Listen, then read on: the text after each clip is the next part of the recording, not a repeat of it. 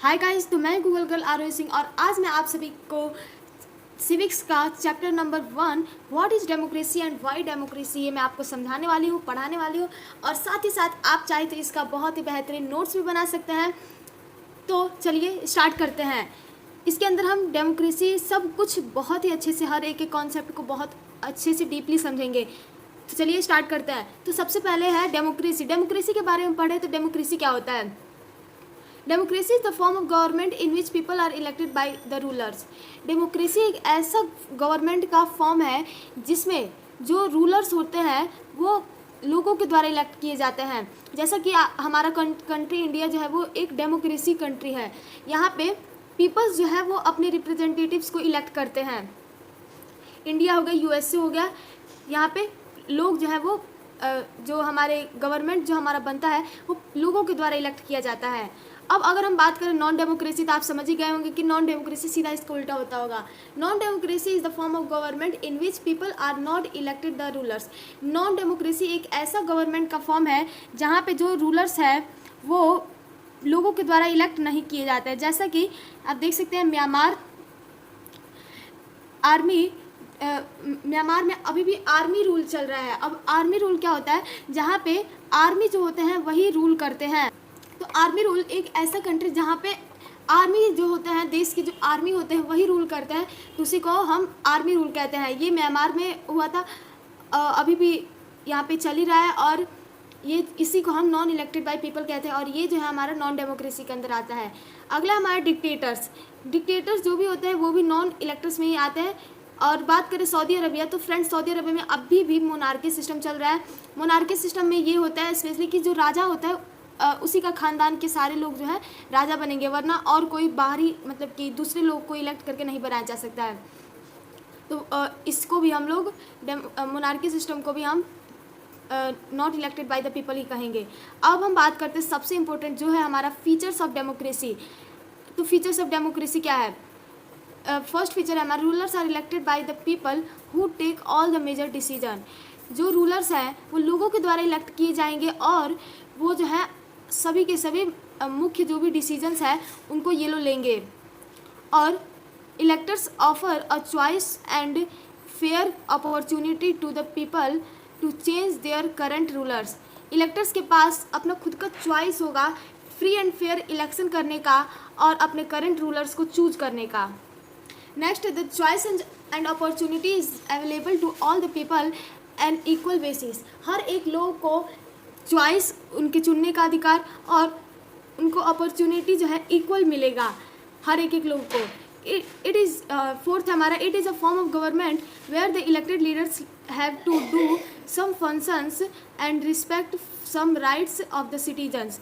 ये एक ऐसा गवर्नमेंट का फॉर्म है जहाँ पर लीडर्स जो है उनके पास कुछ फंक्शन होते हैं जो कि वो कुछ कार्य को करते हैं और ये जो है हमारे जो भी कुछ राइट्स हैं सिटीजन्स का उसका ये लोग रिस्पेक्ट करते हैं। तो आगे देखिए, major decisions by elected leaders, यानी कि जो मुख्य डिसीजन जो है वो लीडर्स के द्वारा लिया जाता है। जैसा कि मैं एक केस के बारे में आपको बताती हूँ, पाकिस्तान का केस। तो फ्रेंड्स पाकिस्तान जो है वो आपको भले ही लगता होगा बाहर से कि वो डेमोक्रेसी है, बट असलियत उसकी यही है कि वो डेमोक्रेसी नहीं है अभी तक। क्योंकि जब वहाँ पे जनरल परवेज़ मुशर्रफ जो कि एक मिलिट्री कूप थे, एक मिलिट्री के थे, यानी कि ये भी आर्मी के ही थे, तो अक्टूबर 1999 में इन्होंने सोचा कि मुझे पाकिस्तान पे रूल करना चाहिए। तो फिर ये रूल करने लगे पाकिस्तान के ऊपर और सबसे पहले तो वो वहाँ के वाइस प्रेसिडेंट बने और फिर उसके बाद से वो उन्होंने सोचा कि क्यों ना मैं अपनी डेस्टिनी को चेंज कर लूँ। तो वो फिर उसके बाद से वो वहाँ के प्रेसिडेंट बन गए और फिर उसके बाद से उन्होंने एक रेफरेंडम को लागू किया 2002 के अंदर, granting him an extension for 5 years old, कि कोई भी सरकार जो है वो 5 साल तक पूरा बनी रहेगी और लोगों को कह दिया वोट करने के लिए और लोगों को जो है वोट करना ही था। क्योंकि ये जो जनरल परवेज़ मुशर्रफ था ये लोगों से ज़बरदस्ती वोट लेता था और फिर दूसरी कंट्री को बताता था कि हमारा जो कंट्री है वो एक डेमोक्रेटिक कंट्री है। तो फ्रेंड्स अब हम आगे पढ़ते हैं। Protest against referendum. देखिए, लीगल फ्रेमवर्क ऑर्डर जो है जारी किया गया और ये भी हमारे पाकिस्तान के ही केस का है। अमेंडेड कॉन्स्टिट्यूशन जो थे वो प्रेसिडेंट ने कॉन्स्टिट्यूशन के अंदर भी कुछ बदलाव किया। तो president can dismiss the national and provincial assemblies, president अगर चाहे तो वो नेशनल और प्रोविंशियल असेंबलीज को डिसमिस कर सकता है। ये जनरल परवेज मुशर्रफ ने रूल बनाया। National security council would supervise civilian cabinet, जो नेशनल सिक्योरिटी काउंसिल है वो सुपरवाइज होगा हमारे सिविलियन कैबिनेट के द्वारा। तो फ्रेंड्स, इससे हमारा फर्स्ट फीचर्स क्या निकल के आता है डेमोक्रेसी का। In democracy the final decision making power must rest with those elected by the people, जो भी हमारा जो फाइनल डिसीजन है वो हमारा कौन तय करेगा कि किसके पास रहना चाहिए, तो वो हमारा तय करेगा वो लोग जो जिसे हमने इलेक्ट किया। तो अगर ये जो फीचर्स है ये डेमोक्रेसी के अंदर है तो फिर इसका मतलब है कि हमारा जो कंट्री है वो डेमोक्रेसी है। नेक्स्ट हमारा फ्री एंड फेयर इलेक्टर कंपटीशन। इसमें हम लोग केस इन चाइना के बारे में बात करेंगे। चाइना में जो इलेक्शन होता है वो टोटल मतलब इलेक्शन तो हो जाता है, उसके बाद से टोटल इन लोगों को 5 ईयर्स तक मतलब कि चुने हुए लोग रहेंगे। जैसे हमारे कंट्री में भी जैसे प्रधानमंत्री जो नरेंद्र मोदी है और भी जो लोग हैं वो बस 5 साल के ही इलेक्ट किए जाते हैं, फिर उसके बाद से दोबारा इलेक्शन होता है। तो ऐसे ही चाइना में भी होता है। चाइना में एक नेशनल पीपल कांग्रेस बनाया गया। इसमें क्या होता है, तो to be a part of it candidate needs an approved of Chinese Communist Party. अगर लोगों को नेशनल पीपल्स कांग्रेस का एक पार्ट बनना है तो फिर उन्हें कैंडिडेट बनना पड़ेगा चाइनीज़ कम्युनिस्ट पार्टी का, जो कि एक नॉन डेमोक्रेटिक है।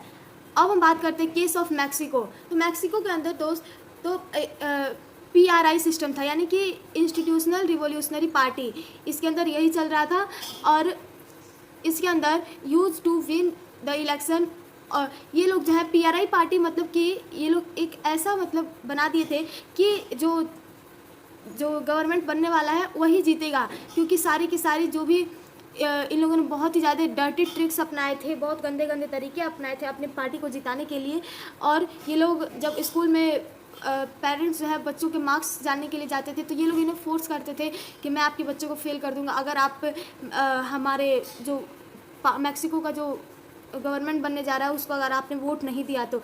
इस टाइप की ये लोग धमकियाँ देते थे। सारे के सारे जो भी मीडियाज़ को थे वो उसे भी इन लोगों ने अपने कंट्रोल में कर लिया था। और अब हम बात करते हैं केस ऑफ चाइना और केस ऑफ मैक्सिको से कंक्लूजन क्या निकल के आया। तो इससे हमारा सेकंड फीचर्स ऑफ डेमोक्रेसी निकला। A democracy must be based on a free and fair election where those currently in power have a fair changes of losing. Democracy जो है वो फ्री एंड फेयर इलेक्शन पे बेस्ड होना चाहिए, जहाँ पे हर एक लोगों को अपने खुद के पास पावर हो डेमोक्रेसी को चेंज करने का, अगर उनको पसंद नहीं आ रहा हो तो, जो कि यहाँ पे नहीं होता था। इसका मतलब चाइना और मैक्सिको दोनों के दोनों डेमोक्रेटिक कंट्री नहीं है। अब हम बात करते हैं 1 पर्सन 1 वोट 1 वैल्यू। तो फ्रेंड्स, इसके अंदर in democracy each adult citizen must have 1 vote 1 person and each vote must have 1 value. एक डेमोक्रेसी के अंदर अगर कोई एडल्ट सिटीजन है तो उसके पास ये वैल्यू होना बहुत ही ज़्यादा ज़रूरी है कि उसके पास 1 वोट और 1 वोट और ईच वोट की वैल्यू जो है वो 1 वैल्यू हो, तो ये बहुत ही ज़्यादा ज़रूरी है। लेकिन 2015 तक जो सऊदी अरबिया था वहाँ पे वुमेंस को तो राइट्स ही नहीं था कि वो लोग वोट दे सके। उसके बाद से अभी वो वोट दे पाती है। इस्टोनिया एक ऐसा कंट्री है जहाँ पे Russian minority find it difficult to get the right to vote. जहाँ पे इस्टोनिया में रसिया का एक छोटा सा जो कंट्री है, तो यहाँ पे माइनॉरिटी थी कि find it difficult right to vote में यहाँ पे देने का अधिकार नहीं था। Fiji vote of an indigenous Fiji has more value but Indian Fijian is not. यहाँ पे फिजी के अंदर मोस्ट ये होता था कि जो फिजी में लोग मतलब कि जन्म से रह रहे हैं उनके पास वोट है, लेकिन जैसे मान लीजिए हमारे इंडिया से कुछ लोग चलेगा या फिर कोई अदर कंट्री से अगर कोई लोग आके रह रहे हैं तो फिर उनका वोट के अंदर कोई भी वैल्यू मतलब बहुत ही ज़्यादा कम रहेगा। लेकिन सबसे ज़्यादा वैल्यू जो लोग फिजी के अंदर रहते हैं उनकी वैल्यू रहेगी। Democracy is based on fundamental principle of political equality. Democracy जो है वो fundamental principle of political equality पे बेस्ड होना चाहिए। नेक्स्ट हमारा rule of law and respect for rights. Rule of law and respect for, हमें अपने लॉ का कानून बनाना चाहिए और फिर हमें जो भी राइट्स मिले हैं उसका रिस्पेक्ट करना चाहिए। जैसा कि आप एक जिम्बाब्वे का केस था उसके बारे में आप जान सकते हैं कि ये जिम्बाब्वे का जो केस था वो जो है जिम्बाब्वे 1980 में इंडिपेंडेंस तो हो गया था, लेकिन वहाँ पे इंडिपेंडेंस कराने में सबसे ज़्यादा जिस आदमी ने मतलब सबसे मेन भूमिका रोल निभाया था तो वो थे रॉबर्ट मुगाबे। ये जो है तो इसीलिए वहाँ पे एक जानू पीएफ पार्टी चलता था, तो इसीलिए लोगों ने सोचा कि ये हमारे लिए इतना अच्छा काम किया तो हम क्यों ना रॉबर्ट मुगाबे को ही वहाँ के प्रेसिडेंट बना दिए। और फिर उसके बाद से रॉबर्ट मुगाबे जो है वो सब कुछ अपनी मनमानी करने लगे और फिर इन लोगों ने ही मिल करके उनको हटा दिया। And ZANU-PF was the party which lead the freedom struggle in Zimbabwe. और ZANU-PF एक ऐसा पार्टी था जो कि जिम्बाब्वे का जब आज़ाद हुआ था तो इसमें बहुत ही ज़्यादा स्ट्रगल किया था। ही used unfair practice in election. ये जो रॉबर्ट मुगाबे था वो बहुत ही ज़्यादा अनफेयर यानी गलत सलत प्रैक्टिसेस कराता था इलेक्शन के अंदर। Amended constitution in his favour. जो भी कॉन्स्टिट्यूशन था यानी कि जो भी जिम्बाब्वे का संविधान था वो सारा का सारा इसी रॉबर्ट मुगाबे के ही फेवर में था। Opposition party were harassed. Opposition party जो थे वो उससे बहुत ही ज़्यादा परेशान हो गए थे और प्रोटेस्ट वाज डिक्लेयर्ड इलीगल। और उसने जो भी लोग प्रोटेस्ट, अगर लोगों को कुछ अच्छा नहीं लगता है तो लोग जो प्रोटेस्ट करते हैं गवर्नमेंट के खिलाफ, तो यहाँ पे प्रोटेस्ट को इसने इलीगल कर दिया था। Television and radio were controlled by government. वहाँ पे जो टेलीविज़न था और रेडियो था वो भी जो है गवर्नमेंट ही कंट्रोल कर रहा था, क्योंकि वहाँ पे जो भी टेलीविज़न और रेडियो था तो फिर उसमें न्यूज़ आता था, तो जो भी वहाँ के जो भी न्यूज़ लोगों को मतलब कि पसंद आता था, गवर्नमेंट को जो न्यूज़ पसंद आता था बस वही न्यूज़ जो है डालते थे। तो तभी तो लिखा है टेलीविज़न और रेडियो भी जो है गवर्नमेंट के कंट्रोल में ही था वहाँ पे। और बात करें वहाँ का जुडिशरी का, judiciary was also ignored by government. Judiciary जो था वो भी गवर्नमेंट के द्वारा इग्नोर किया जा रहा था वहाँ पे। तो फ्रेंड्स इसके अंदर हमने क्या सीखा है, तो popular government can be undemocratic. अगर हमें कोई गवर्नमेंट जो है कोई बहुत ही ज़्यादा अच्छा लग रहा है तो वो भी हमारे कंट्री को अनडेमोक्रेटिक बना सकता है। A democratic government rule with in limits set bye constitution, law and citizens rights. एक डेमोक्रेटिक गवर्नमेंट जो है वो रूल कर सकता है, मतलब कि उसको कॉन्स्टिट्यूशन के लिमिट में ही रह करके रूल करना चाहिए और सिटीजन्स के राइट्स का भी ध्यान रखना चाहिए।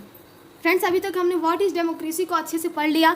आई होप आपको बहुत अच्छे समझ में आया होगा। एक एक कहानी को हमने अच्छे से समझा है। तो अब हम समझने वाले हैं व्हाई डेमोक्रेसी, डेमोक्रेसी क्यों ज़रूरी था। तो arguments against democracy, disadvantage of democracy. इसके अंदर हम आर्गूमेंट्स अगेंस्ट डेमोक्रेसी पढ़ेंगे और आर्गूमेंट्स फॉर डेमोक्रेसी पढ़ेंगे। तो सबसे पहला जो है वो है, हम पढ़ते हैं आर्गूमेंट्स अगेंस्ट डेमोक्रेसी। डेमोक्रेसी से क्या क्या डिसएडवांटेज थे उसको हम पढ़ते हैं कि डेमोक्रेसी हमारे लिए क्यों ज़रूरी नहीं होना चाहिए। तो leaders keep changing in a democracy. Leaders जो है वो बार बार चेंज होते रहते हैं जिसके कारण इनस्टेबिलिटी हमारे कंट्री के अंदर आता है। सेकंड जो है वो है political competition and power play. यहाँ पे जो भी मतलब कि डेमोक्रेसी के अंदर जिस लोगों के पास ज़्यादा पैसा होगा तो वही जो है डेमोक्रेसी के अंदर अपना खुद का पॉलिटिकल कंपटीशन के अंदर वो पार्टिसिपेट कर पाएगा। No scope for morality. इसके अंदर मॉरलिटी के लिए कोई भी जगह नहीं है। So many people have B consulted in a democracy. ढेर सारे लोगों से इसके अंदर बातचीत करना पड़ता है और फिर तब जाके डेमोक्रेसी जो होता है वो बनता है। तो इसके कारण डिलेज होते हैं। और friends elected leaders do not know the best interest of the people. और बार बार जो भी हमारे लीडर्स जो है वो की चेंजिंग करते रहते हैं तो उसके कारण इन लोग जो है लीडर्स जो है वो पीपल्स के इंटरेस्ट पे ध्यान नहीं देते हैं और जिसके कारण लोग ये जो होता है ये बैड डिसीजन के अंदर बदल जाता है। मतलब लोग भी सोचते हैं कि मैंने किसको मतलब हमसे गलती से ये गवर्नमेंट जो है ये बन गया है। Democracy leads to corruption. Democracy जो होता है वो करप्शन बहुत ही ज़्यादा लीड्स करता है, क्योंकि हमारे कंट्री के अंदर भी बहुत ही ज़्यादा करप्शन होता है। जो भी करप्शन का मतलब ऐसे होता है घूस खाना। जो भी लोग होते हैं अगर उनके पास पैसे अगर सरकार ने दिए हैं कि काम करवाने के लिए तो आधा पैसा तो वो खुद रख लेंगे और आधे से वो काम कराते हैं। तो और ordinary people do not know what is good for them. और जो भी आम जनता है उन्हें तो ये भी नहीं पता चलता है कि उनके लिए क्या अच्छा है क्या नहीं अच्छा है, और they should not decide anything, और वे जो है कुछ भी नहीं डिसाइड कर पाते हैं। और इसके अंदर एक और चीज़ है कि लोग जो है इसके अंदर बहुत ही ज़्यादा टाइम लगता है, किसी भी डिसीजन को बनाने के अंदर बहुत ही ज़्यादा लंबा प्रोसेस यूज करना पड़ता है। तो फ्रेंड्स, अभी तो हमने पढ़ा है कि डेमोक्रेसी से क्या क्या नुकसान हो सकता है, तो अब हम पढ़ने जा रहे हैं डेमोक्रेसी से क्या क्या फ़ायदे हो सकते हैं, आर्गुमेंट्स फॉर डेमोक्रेसी। तो फ्रेंड्स, इसके अंदर फेमिन 1958 से 1961, फेमिन यानी ये होता है कि जो एक चाइना के अंदर एक बहुत ही ज़्यादा बड़ा तूफान आया था, तो उसके अंदर चाइना के अंदर बहुत ही ढेर सारे पीपल जो है वो मर गए, लेकिन इंडिया के अंदर कुछ ही अमाउंट में लोग जो है मरे थे चाइना के कंपेरिजन में। और a democratic government is better government, एक डेमोक्रेटिक गवर्नमेंट जो है वो बहुत ही ज़्यादा अच्छा गवर्नमेंट है। वो जो होता है, ये जो होता है, इसको हम लोग मोर अकाउंटेबल होता है। Consultation and decision no race और इरिस्पॉन्सिबल डिसीजन क्वालिटी डिसीजन। देखिए फ्रेंड्स, हमारे अभी मैंने आपको बताया कि एक चीज़ डेमोक्रेसी के अंदर बहुत बेकार है कि डिसीजन को बनाने में बहुत ही ज़्यादा लंबा प्रोसेस करना पड़ता है, फिर जाके डिसीजन बनता है। लेकिन वही जो है हमारे लिए बहुत ही ज़्यादा अच्छा है, क्योंकि डिसीजन के लिए हम बहुत ही ज़्यादा टाइम तो लगाते हैं, लेकिन जो डिसीजन बनता है उसके अंदर क्वालिटी होता है। और democracy provides a method to deal with differences and conflict. Democracy जो है प्रोवाइड करता है हमें एक ऐसा मेथड जिससे हम लोग डिफरेंसेस और कॉन्फ्लिक्ट्स को डील कर पाते हैं।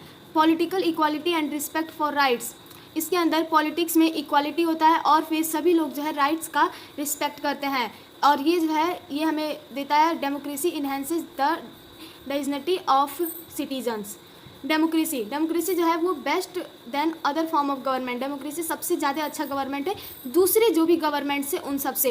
It allows us to correct its own mistake, ये जो है हमें खुद की गलती को सुधारने का भी मौका देता है।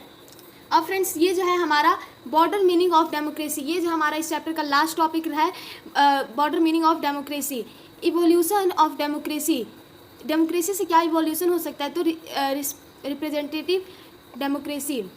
Wide representative democracy is necessary, democracy के अंदर रिप्रेजेंटेटिव जो है वो क्यों नेसेसरी है। Large number of people practically impossible to include all the decision making. Friends, representatives का मतलब होता है गवर्नमेंट, तो हमारे कंट्री के लिए डेमोक्रेसी के अंदर गवर्नमेंट का क्यों ज़रूरी है, क्योंकि हमारे कंट्री में भले ही ज़्यादा लोग हैं, लेकिन अगर सभी लोग मिल करके डिसीजन को बनाते हैं तो फिर ये इम्पॉसिबल है, क्योंकि हमारे कंट्री के अंदर, हर एक कंट्री के अंदर बहुत ही ज़्यादा पॉपुलेशन होता है, तो उसके अंदर हम कुछ ऐसे रिप्रेजेंटेटिव्स, ऐसे लोगों को चुनते हैं जो कि गवर्नमेंट के द्वारा इलेक्ट किए जाते हैं, जो कि कुछ ही लोग मिल करके और बेस्ट डिसीजन को लेते हैं। तो इसीलिए रिप्रेजेंटेटिव जो है डेमोक्रेसी के लिए बहुत ही ज़्यादा इंपॉर्टेंट है। People does not have the time desire और the skills to take decision, लोगों के पास जो है टाइम भी नहीं है कि वो लोग अच्छा डिसीजन ले सके। अब democracy versus good democracy, democracy और गुड डेमोक्रेसी में क्या अंतर है, तो consultation and consent of all those who are affected by the decision. हम डेमोक्रेसी के अंदर सभी लोगों से बात करते हैं जो कि इस डिसीजन को बनाने में हेल्प करते हैं, और सभी लोग मिलजुल करके एक जो भी कॉन्स्टिट्यूशन के अंदर जो भी नया रूल बनता है, डिसीजन को वो लोग मिल करके लेते हैं। ऐसा नहीं कि पूरे देश के लोग लेंगे मिल करके, नहीं, जो हम रिप्रेजेंटेटिव्स को जिसको चूज़ करते हैं तो वही जो है कुछ लोग जो है पार्लियामेंट के अंदर बैठते हैं, तो फिर वही जो है हमारे डिसीजन को लेते हैं। No country is perfect democracy, we the people make it. कोई भी कंट्री जो है वो एक परफेक्ट डेमोक्रेसी नहीं है। परफेक्ट डेमोक्रेसी पता है कौन बनाता है, वो हमारे देश के ही लोग बनाते हैं एक डेमोक्रेसी को, परफेक्ट डेमोक्रेसी।